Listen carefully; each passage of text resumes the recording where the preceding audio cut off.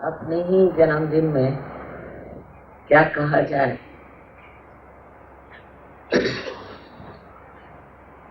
जो उम्मीद नहीं थी वो घटित हो गया है। आप इतने लोग सहयोग में आज दिल्ली में बैठे हुए हैं, इससे बढ़कर एक माँ के लिए और कौन सा जन्मदिन हो सकता है। आप लोगों ने आत्म साक्षात्कार को प्राप्त किया, ये भी आपका जन्मदिन। एक महान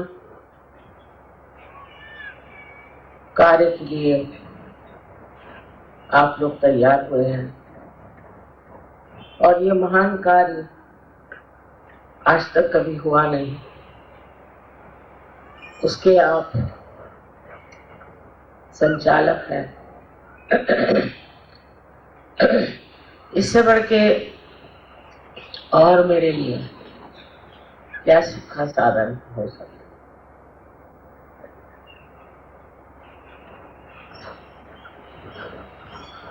कभी सोचा भी नहीं था कि अपने जीवन में ही इतने आत्म साक्षात्कारी जीवों के दर्शन हो और इतना अगम्य आनंद उठाने को मिलेगा। एक वातावरण की विशेषता कहें जिसमें कि आज आप देख रहे हैं कि मनुष्य एक भ्रांति में घूम रहा है। एक तरफ विदेश की ओर नजर करने पे ये समझ में आता है कि ये लोग एकदम ही भटक गए, वहां पर नैतिकता का कोई अर्थ ही नहीं रहा। अनीति के ही रास्ते पे चलना, अग्रसर होना, वो बड़ी बहादुरी की चीज समझती और सीधे नर्क की ओर उनकी गति है। इस गतिमान प्रवृत्ति को रोकना बहुत कठिन काम, लेकिन वहां भी ऐसे अनेक हीरे थे कि जिन्होंने सोचा कि ये क्या जीवन हमारा है। दूसरी तरफ हम जब देखते हैं तो पूरी तरह से कठिन परिस्थितियां बनाई गई हैं मनुष्य के लिए कि आप अपने जीवन को एक कठिन बंधन से बांधे कि हम धार्मिक हैं, और अगर आप धर्म नहीं करेंगे तो आपके हाथ काट देंगे, आपके आंख निकाल देंगे, आपको जमीन में गाड़ देंगे। ये अतिशयता हो गई। और इसके साथ साथ दूसरी तरफ जैसे मैंने बताया कि बहकाव की भी अतिशयता है। दोनों तरफ अतिशयता है। आपको समाधान करना चाहिए कि आप इस भारतवर्ष में पैदा हुए, जिसकी संस्कृति जो है वो संतुलित है। हमें इतना बताया नहीं गया है धर्म के बारे में, किसी ने खास चर्चा भी न की, लेकिन अधिकतर हिंदुस्तानी आदमी अधर्म में नहीं था। अधिकतर ये दूसरी बात है, उसके पास कर पैसा आ जाए बहुत, उसका दिमाग खराब हो जाए, या वो राजकारण में चला जाए, या और कोई इसी तरह की चीज को प्राप्त कर ले, तो हो सकता है कि उसको ये बहकाव मिल जाए। पर उसमें भी खुले आम कोई गलत काम करने की हिम्मत नहीं, क्योंकि समाज इतना जबरदस्त कि उसे खींचे। इसलिए आपसे आज मैं जो बात कहने वाली हूँ वो ये है कि एक अपने देश की जो संस्कृति इतनी ऊंची अब भी मानी जाती है और अब भी अपने यहाँ लोग नैतिकता का स्तर मानते हैं। ऐसे देश में विचार करना चाहिए कि यहाँ किसने इतना कार्य किया। ये कार्य स्त्रियों ने किया, भारतीय स्त्री की शक्ति है। और इस शक्ति के सहारे उसने अपने बाल बच्चे, अड़ोस पड़ोस और सारे समाज की भी धर्म पे स्थापना की। हालांकि अब विदेशी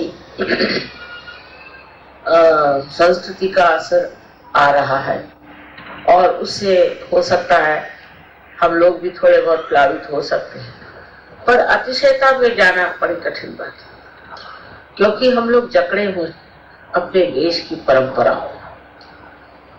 अपना देश इतना सौभाग्यशाली है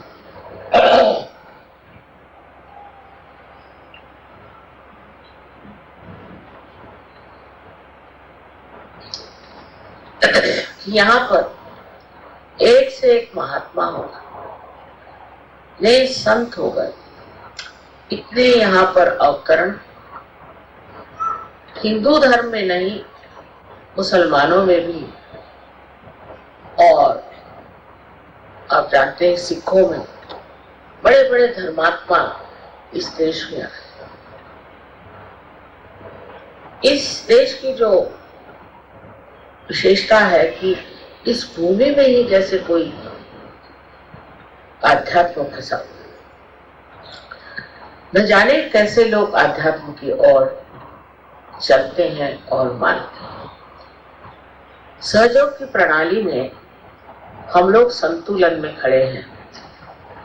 मतलब भारतीय संस्कृति में जो गंदगियां हैं उसको तो निकाल ही देना पड़ेगा, और निकल जाती। सहयोग में आने के बाद बहुत से लोग इस चीज को छोड़ देते हैं लेकिन अब भी मैं देखती हूँ कि कुछ न कुछ चीजों से बंधे हुए सहयोगी हैं, और इसका कारण है कि इतने दिनों से जो चीज चली आई है और मान्यता रही, उसके प्रति एकदम उदासीन हो जाना उन्हें कठिन लगता है। विशेषकर अब हम उत्तर हिंदुस्तान में बैठे हुए मैं देखती हूँ कि उत्तर हिंदुस्तान में या तो मुसलमानों के परिणाम स्वरूप हो, चाहे जैसा भी हो, औरतों की दशा बहुत खराब। औरतों को बहुत छला जाता है, सताया जाता है। शक्ति स्वरूप औरत के कोई मान नहीं। कहा जाता है यत्र नारायण जनते तत्र रमनते देवता। जहाँ स्त्री पूजनीय हो और उसकी पूजा की जाए, वहीं देवता रमण करते। इसका ये मतलब नहीं कि औरतों का भी राज हो या वो भी किसी तरह से आतताई हो, लेकिन इसका मतलब यह है कि स्त्री पहले पूजनीय होना चाहिए, उसके अंदर पूजनीय गुण होने चाहिए। वो अगर पति का अपमान करती है, घर में झगड़ा करती है, परेशान करती है और अपने बच्चों की तरफ ध्यान नहीं देती और भी गलत सलत काम करती है, तो वो स्त्री तो पूजनीय हो नहीं सकती। और वही स्त्री पूजनीय होती है जो अत्यंत प्रेममयी, जिस औरत में प्रेम का सागर बसा हो उसी को लोग पूजते हैं, और जो नहीं है उसके सामने चाहे न कहे कुछ, लेकिन पीठ पीछे उसकी बुराई करते हैं।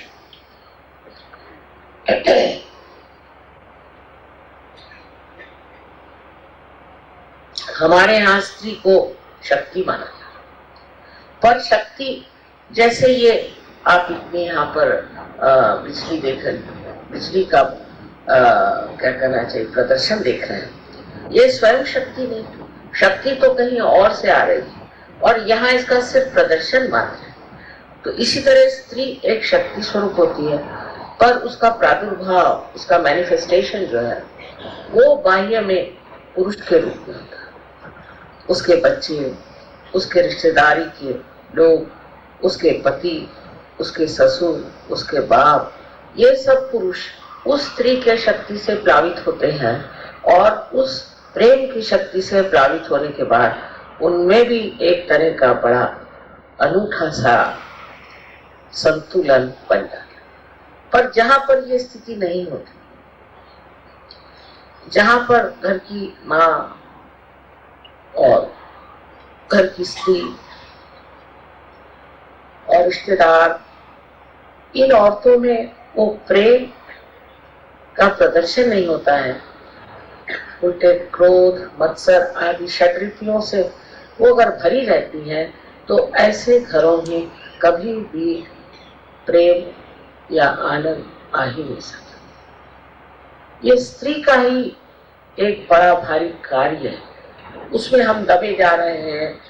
ये क्या जो शक्ति आज कहाँ से आ रही है, वो अपने को सोचती क्या कि मैं दबे जा रही हूँ।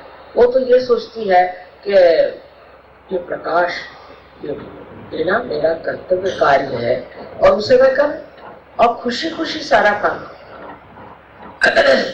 इस समझ को आना जरूरी है। हालांकि औरतों को इतना दबाया गया है इस समझ के कारण, इतनी उनकी अवहेलना करी है कि एक दूसरी चीज खड़ी हो रही है जो कहती है समाज में कि नहीं, ये औरतों का दबाव हम चलने नहीं देंगे, हम पुरुषों को ठिकाने लगा देंगे, उनसे हम हर चीज में लड़ेंगे, उनको हम बिल्कुल बेकार कर देंगे।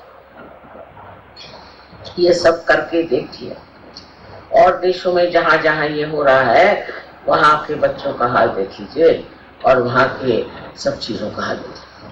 अब समझ इसमें क्या है कि मनुष्यों में ये समझ आनी चाहिए।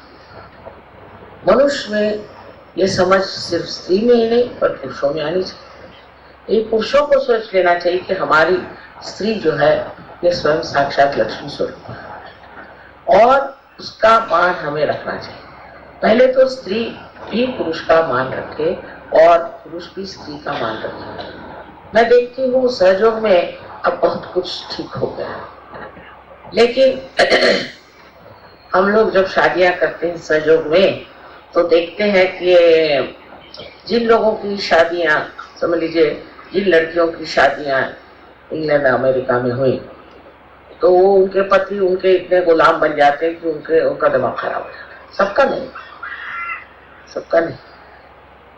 और उल्टी बात यह है कि जिन लड़कियों की शादियां हिंदुस्तान में होती हैं, वो तो कहती भगवान बचाए रखे, वह सास ससुर ये वो मार झंझट, सब लोग तो मारने को कहने का मतलब ये है कि ना संतुलन वहां ना संतुलन यहाँ।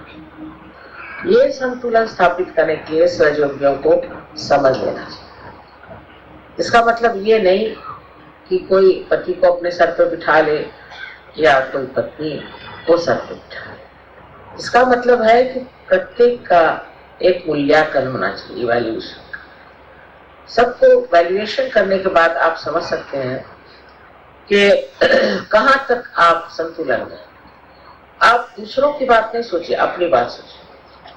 जहां आपको जो कहना है वो कहना ही होगा और जो कुछ आपको सुनना है वो भी सुनना होगा। मैं देखती हूँ सहयोग में हमने शुरुआत पहले कुटुंब से की, कुटुंब व्यवस्था से सहयोग को धीरे धीरे बांधा है और जब कुटुंब ठीक हो गए उसके बाद फिर हमने एक एक चीज पर कदम रखा। आज आपको पता है कि ये 25वां सहस्त्रार इस बार मनाया जाए।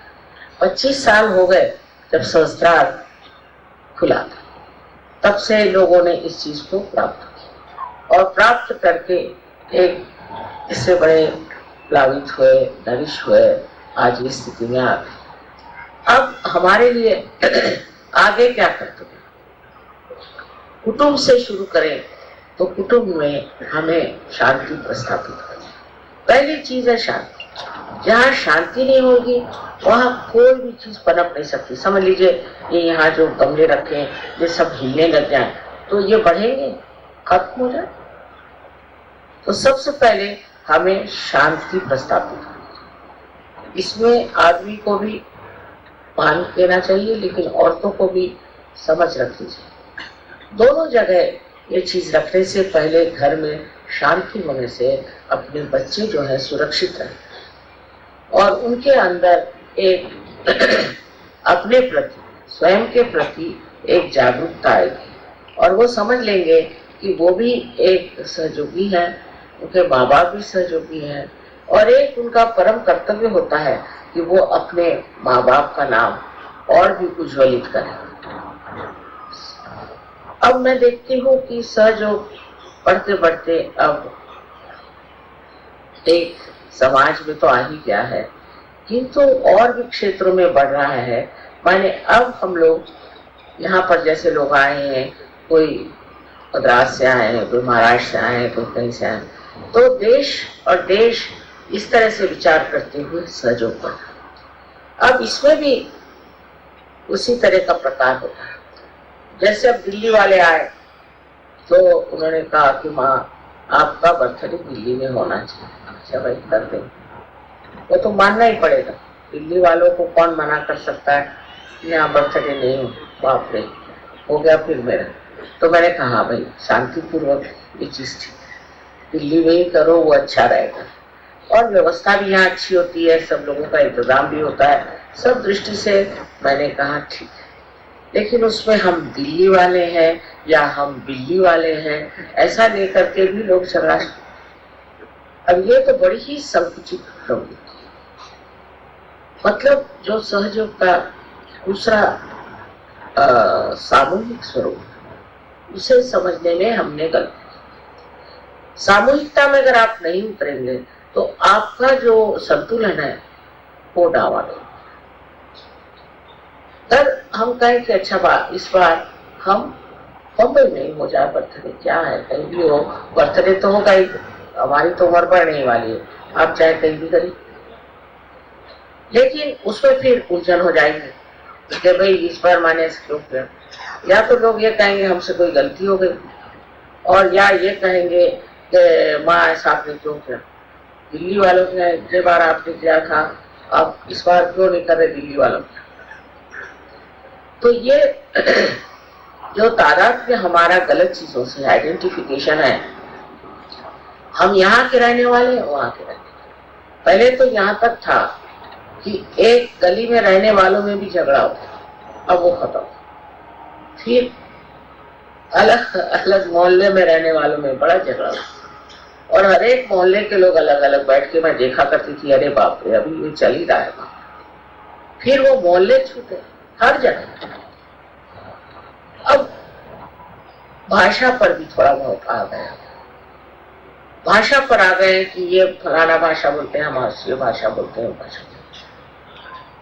हमें तो अपनी पहले सबसे अच्छी बात यह है कि हमारे देश की जो भाषा है वो तो सीख लेनी चाहिए, चाहे आप हिंदू हो, मुसलमान हो, चाहे मराठी हो, चाहे अंग्रेजी हो, चाहे पहले आपको हिंदी भाषा आनी चाहिए। सहयोग में अब मैं 14 आपकी ऑफिशियल भाषा में कैसे बोल सकती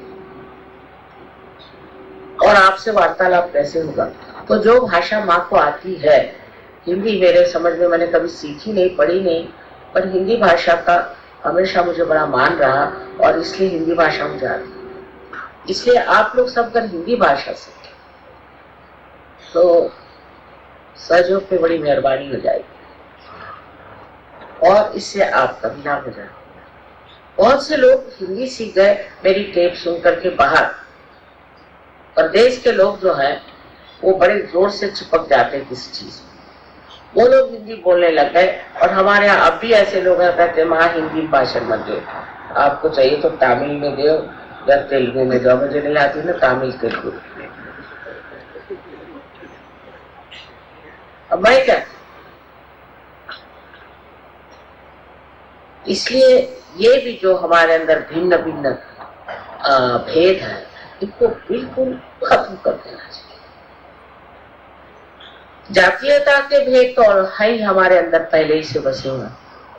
एक साहब मुझे कहने लगे हांगकांग में कि हिंदुस्तान में जातीयता, अपनी सहयोगियों में जातीयता है, वो ब्राह्मण है सर।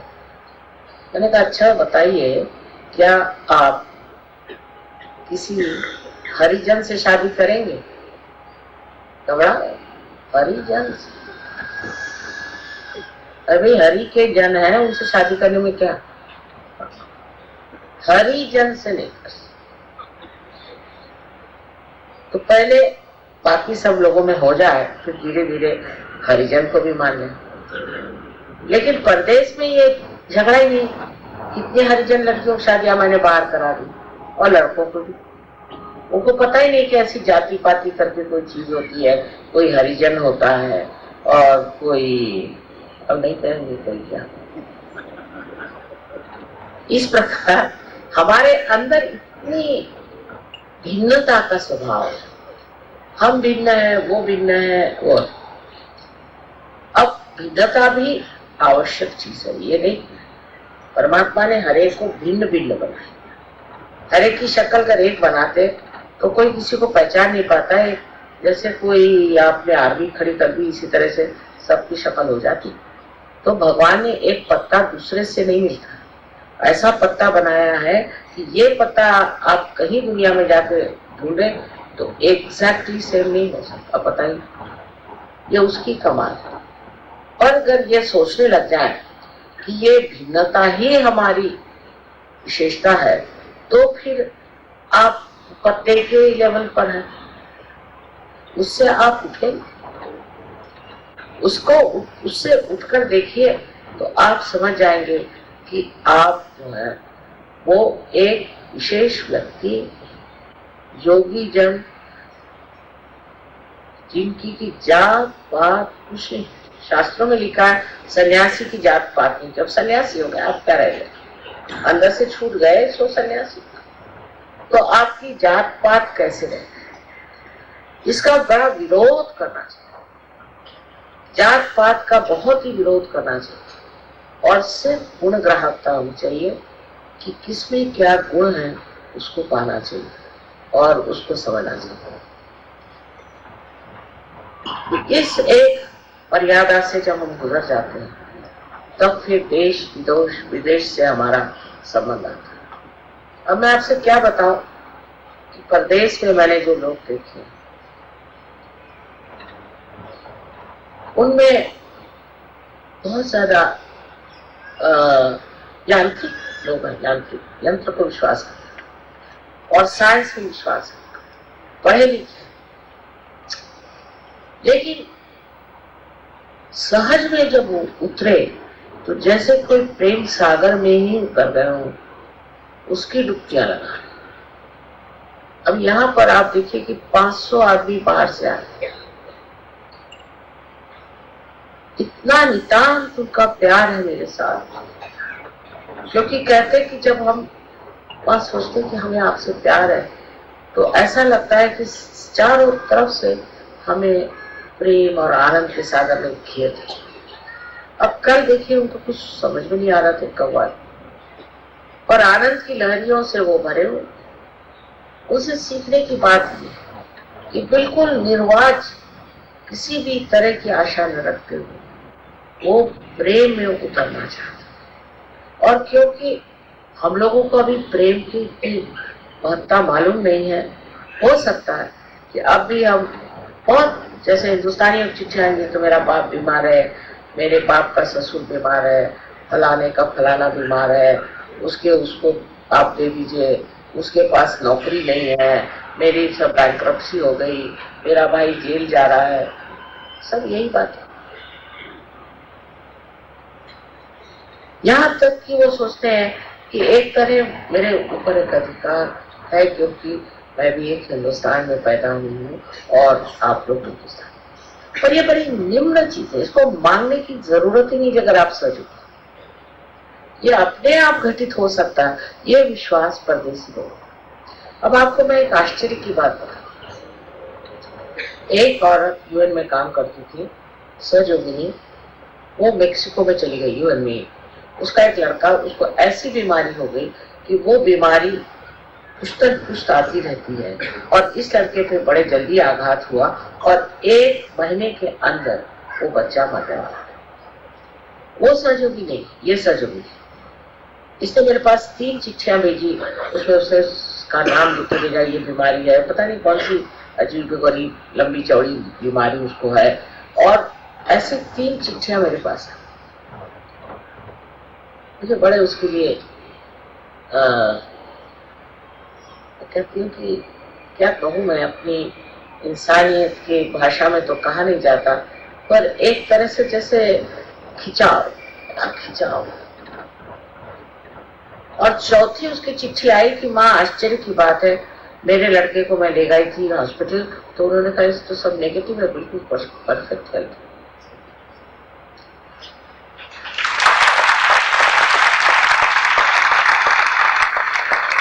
और हिंदुस्तानियों का चले, एक बार माँ से मुझे मिला दो, अगर माँ मेरे बच्चे को ठीक करेगी तो वो ठीक होगा। माँ के खोपड़ी पे लादे बगैर वो उनका बच्चा ठीक है। कितना बड़ा फर्क है। वो मेक्सिको में बैठी, मैं उसका क्या इलाज कर सकती, मैं बस आपको प्रार्थना कर रही हूँ और आपके पास मैं चिट्ठी भेज रही हूँ, ये उसको भी बस। अब ये श्रद्धा की जो बात है, प्रेम जब श्रद्धा में हो जाता है, श्रद्धा में अंधश्रद्धा से मतलब नहीं, आपको अनुभव है मेरा, आप जानते हैं मुझे, कोई नई बात। वो अगर श्रद्धा में हो जाए तो कैसे काम बनते हैं ये समझने वाली बात। और अगर श्रद्धा न हो, सिर्फ हम तो माँ को बहुत मानते हैं,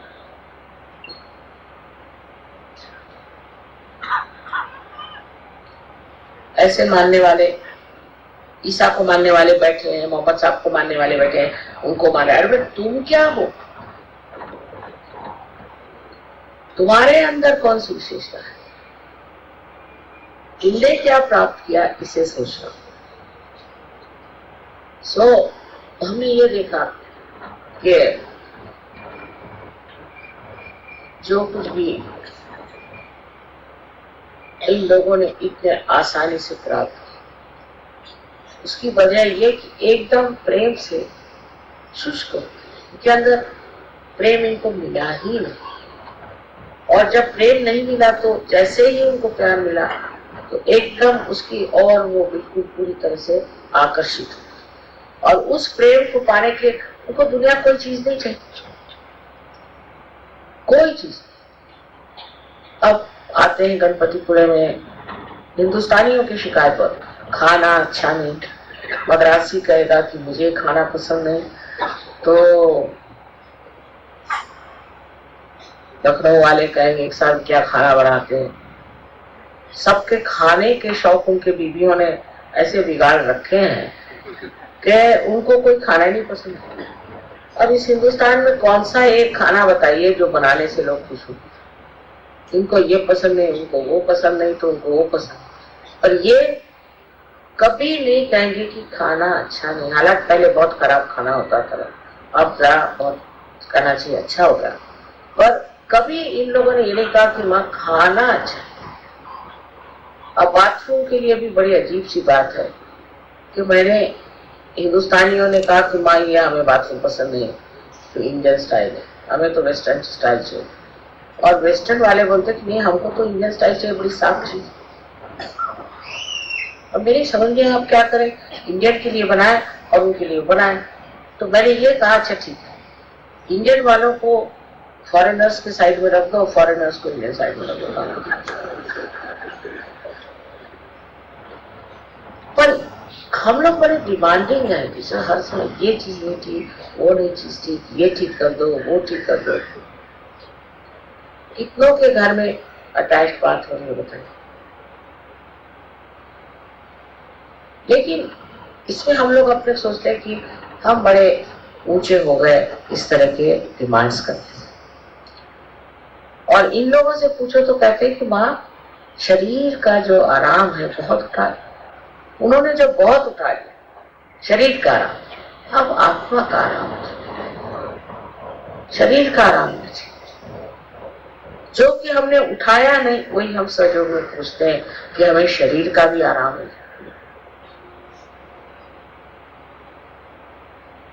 इसमें आपसे कहने से फिर आप वही करेंगे, माने का शरीर का आराम, तो चलो हम जमीन पर सोएंगे, ये नहीं मेरा मतलब, ये मतलब नहीं।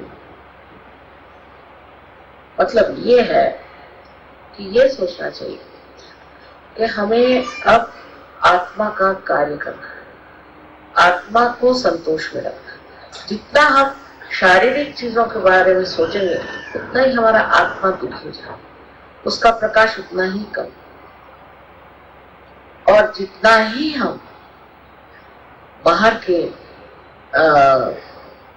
लोगों के लिए, दूसरे लोगों के लिए, वातावरण के लिए, हर चीज के लिए जब हम सोचेंगे उतने ही हम बढ़ते जाएंगे, आत्मा का प्रकाश होता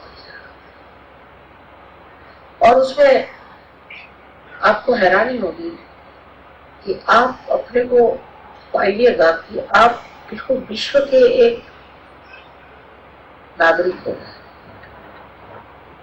आपके अंदर विश्व जैसे शब्द। अब बहुत से लोग मुझे कहते हैं आपको हर एक चीज कैसे याद रहती, आप जैसे अब ये देख लिया, इसको देख लिया, आपके पास होगा चित्र सा बन सब आप चित्र से मेरे हृदय, ये कैसे होता है? क्योंकि मैं अपने अंदर हूं ही नहीं, सब बाहर ही हूं। मैं सोचती भी नहीं अपने बारे में, कुछ विचार ही नहीं करती, मतलब वो करने की मेरे अंदर वो शक्ति नहीं, तरीका ही कि अपने बारे में सोचती बैठी रहूं। कभी मेरे साथ किसने क्या किया, मेरे साथ किसने क्या ज्यादती करी, हो गया सो। लेकिन जो कुछ भी बाह्य में है सब, इसमें जब आप अपने आत्मा का प्रकाश देखेंगे तब आप में विश्व की पूर्ण कल्पना हो जाएगी। कोई पहाड़ी है, वहां चले गए, पहाड़ी में भी अपना आत्मा का प्रकाश, हर एक चीज जब वो आत्मा का प्रकाश आप देखते हैं, हर एक चीज आपको कोई चीज भूलती नहीं, उसका आनंद भूलता नहीं, पर उसके बारे में फिक्र नहीं लगती ये किसका कारपेट है, मार लें, किसको खरीद लें, कुछ ऐसा नहीं विचार। सिर्फ देखना मात्र बनता है, और जब ये देखना मात्र प्रगल्भ होता है, बढ़ता जाता है, बढ़ता जाता है, तो आपका व्यक्तित्व एक विश्व को भर लेता है। और यही स्थिति अब आप में समझाएं। और भिन्नता तो चाहिए हर एक चीज में, इसमें कोई शक नहीं, हर एक आदमी में भिन्नता होनी चाहिए, पर किस चीज में? अपना अपना आनंद व्यक्तित्व करते। अब देखिए डांस कर रहे थे एक से एक लोग, जैसा भी आ रहा था, जिस तरह से भी आ रहा था, सबकी भिन्नता थी, एक जैसे कोई नहीं नाच रहा था। ये भिन्नता हमारे अंदर डर रहे तो उससे हम एक अलग अलग तरह के आनंद का अनुभव दूसरों को दे सकते। आनंद अपने लिए नहीं, हम दूसरों को कितना आराम दे सकते, दूसरों को हम कितना आनंद दे सकते, दूसरों में हम कितना प्रकाश ला सकते हैं, इसका विचार हमेशा रहना चाहिए। कभी कभी, मैं नहीं कहती सब, पर कभी कभी हिंदुस्तानी भी लिखते हैं कि माँ मेरी प्रगति कराइए, मैं चाहता हूँ कि मैं इस चीजों से हट करके ऊंचा हो जाऊं। क्योंकि जो भी चिट्ठी लिखते हैं अधिकतर वो सब बेकार की चीजें, ये बीमार है, वो बीमार है, ऐसा है, वैसा है। और कोई कोई बहुत प्यारी चिट्ठियां लिखता है और उससे बिल्कुल मैं गदगद हो जाती कि इन्होंने अपना मार्ग ढूंढ लिया है, इन्होंने देख लिया इन्हें कहाँ जाना है, अपने मंजिल को इन्होंने पहचान लिया। बस इससे ज्यादा मुझे कुछ नहीं चाहिए। ये मैं देखती रहूं और उसको आत्मसात करती रहूं, पर चाहत ऐसी नहीं है किसी चीज की जो कि आप कह सकते, क्योंकि जो चीज हमेशा बढ़ रही है क्षितिज की जैसे, होराइजन की जैसे, उसके लिए आप कैसे कह सकते हैं आपकी क्या चाहत है? आपका जीवन इसी तरह से अत्यंत सुंदर हो जाए, अत्यंत सुगंधित और सबको आह्लाद देने वाला, सबको आनंद देने वाला हो जाए, यही मैं चाहता हूं। जिस दिन ये विचार आ जाए, आप लोग कभी कभी राजकारण भी करते हैं, कुछ करते हैं, कोई जरूरत नहीं। सहयोग में आपको पैसा कमाना नहीं, आपको कोई पोजीशन लेनी नहीं, कुछ नहीं। इसमें आपको अपनी प्रतिष्ठा ही पानी है, जिस प्रतिष्ठा में आप एक विश्व के जानने वाले, विश्व में उतरने वाले, विश्व की परवाह करने वाले, उनकी तकलीफ और परेशानियों को दूर करने वाले और सबको ज्ञान देने वाले ऐसे महान महान वृक्ष हो सकते हैं। और मेरा यही आशीर्वाद है कि सब लोग इसी तरह से अपने को बढ़ाए, अपनी और नजर करके देखिए कि क्या मैं किस तरह से।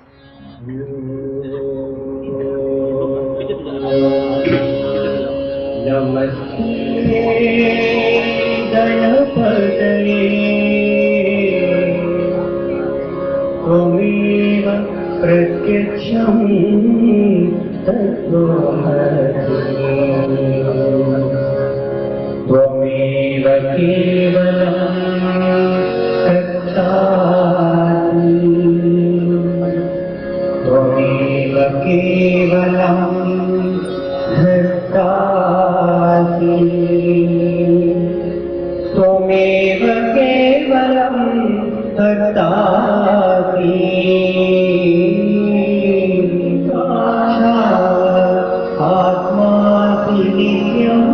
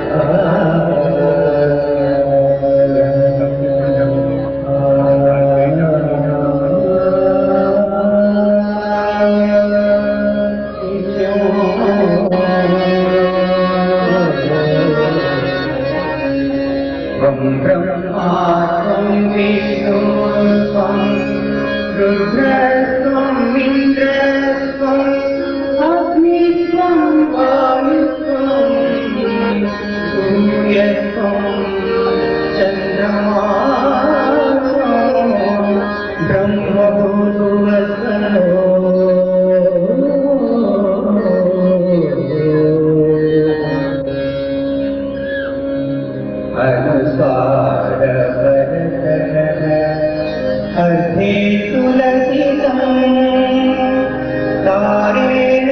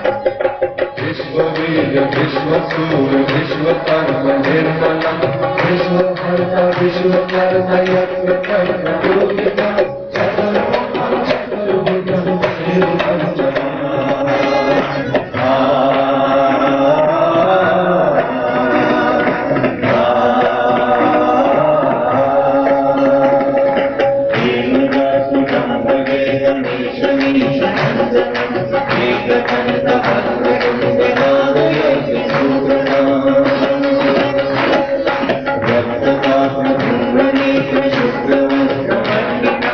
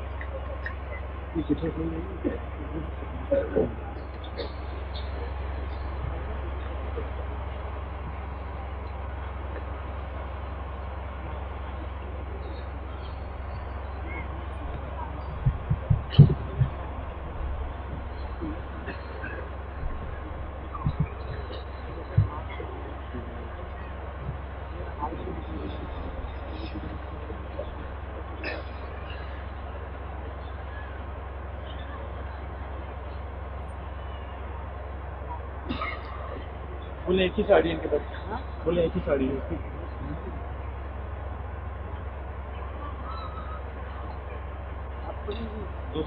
ओनली नेशनल इंडिया की ये लोग जो है बात है सारी इंडिविजुअल सारी बात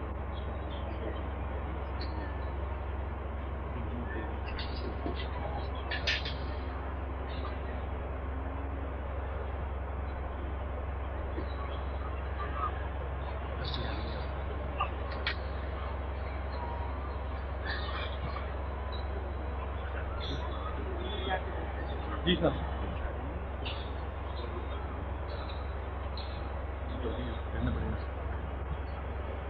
एक मिनट रुके आप।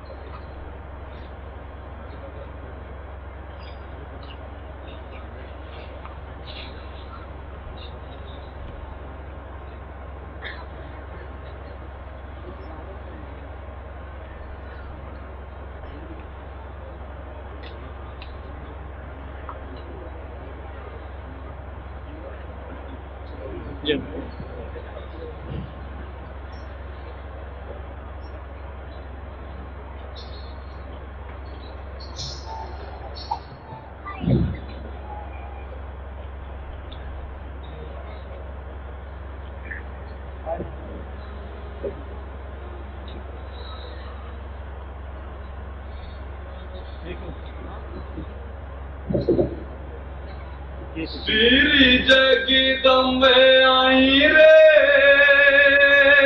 मेरी निर्मल माँ आई, श्री जगदम्बे आई रे मेरी निर्मल माँ। मेरे जाग उठे बाप सिर में चढ़ कमल की छाप और जग में बड़ी बनाई रे। आई तेरी जगदम्बे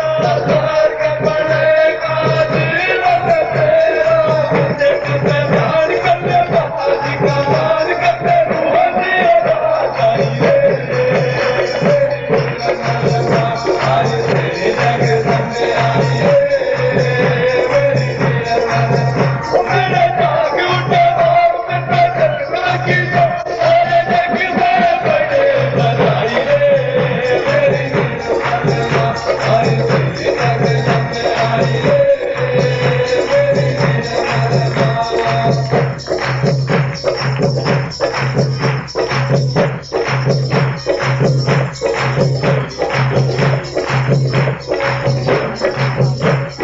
जब जब हानि होए धर्म की, जब जब हानि होए धर्म की, कर भूले सतिया मन की, भूले सतिया मन की, कब तक जी जागत हो कब की, कब तक जी जागत हो कब की, करई सब टूटी सत कब की, करई सब टूटी सत कब की, धर्मदायनी विश्व निर्मले धर्मदायनी बात करी अलौकिक ज्योत जगाई रे, मेरे निर्मल मानसी जग आई रे, मेरे जाग उठे बाप पिता जग की।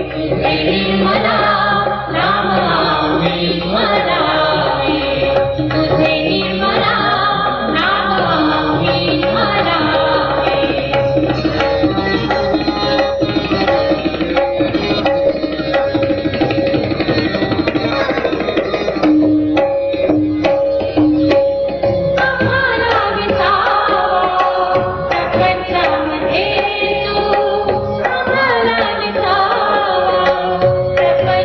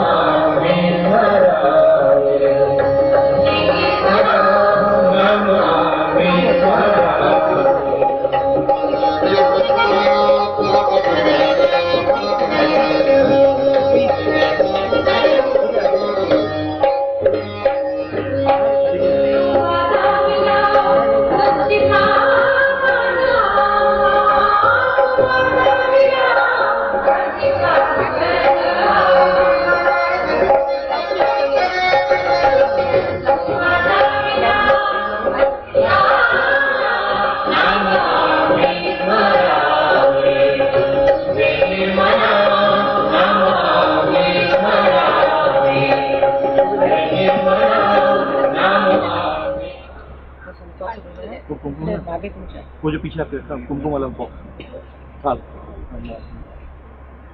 नहीं